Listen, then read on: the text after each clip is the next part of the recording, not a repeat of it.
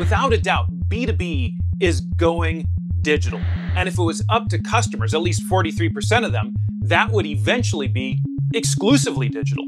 But the weird twist in the story is B2B buyers who prefer to buy without speaking to a sales rep at all experience at the same time far more purchase regret than those who don't.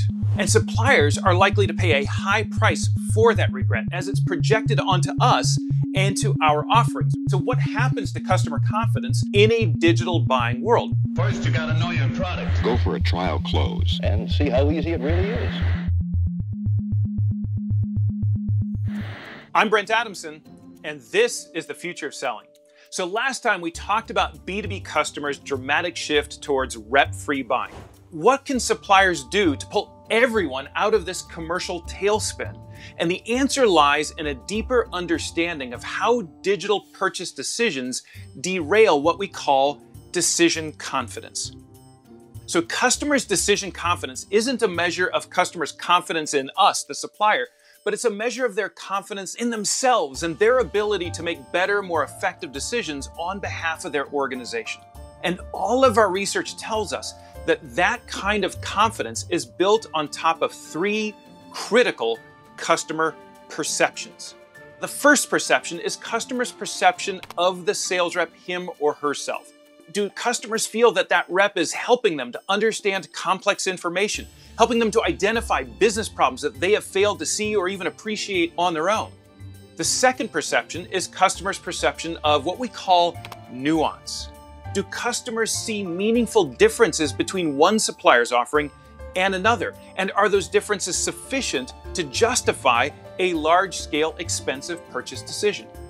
And finally, the third perception is customers' perception of consensus. So do members of the buying group believe that, do they believe that they're in agreement about the underlying business problem that they're seeking to solve? And likewise, do they agree on the specific solution that they need to pursue as a result? We often call this the three-legged stool of customer confidence: reps, nuance, and consensus.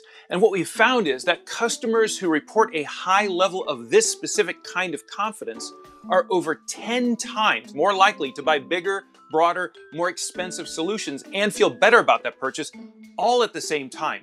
When customers opt for a rep-free experience, what they're actually doing is forgoing the first leg of that confidence creation stool altogether. But at the same time, those customers choosing to go it alone, they also find themselves swimming in a sea of sameness at the same time, as everyone's digital experience in B2B looks virtually identical.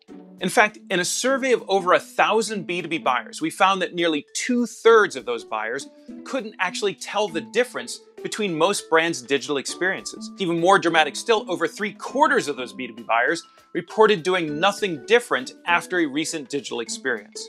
But the problem isn't just a digital design issue. It's not just the digital experience. There's a human issue. It's about the human experience as well.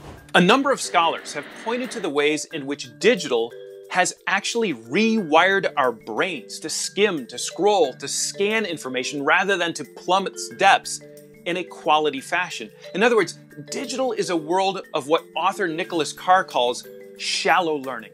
It's definitively not the world of subtlety. It's definitely not the world of nuance. But if customers need nuance to feel confident, well, that means the second leg of our confidence creation stool effectively vaporizes in a digitally dominant world, leaving only one leg of that stool left: customers' perception of consensus. But you can probably figure out where this story's going next, right? Because digital learning isn't a world of collective consensus. It's a world of individual online research. So as customers get deeper and deeper into digital, what happens is that they move further and further away from the kinds of human interactions that generate collaborative consensus, impacting both their confidence and their just ability to reach a decision altogether. So there goes the third leg of our customer confidence stool out from under us again. And that's where a digitally dominant buying world takes us, to a place where customers, in their race to go it alone, are unwittingly undermining their own ability to make confident decisions. And remember, they're doing this to themselves. So what's a supplier to do? Well, we need to fundamentally redesign digital buying to leverage the best of humans inside the potential of digital, placing sellers inside the digital experience at key points in that decision-making process. And if you tune into episode number 3, we'll break down exactly how we as suppliers can create that kind of buying experience to ensure that everyone wins in a very different future of selling.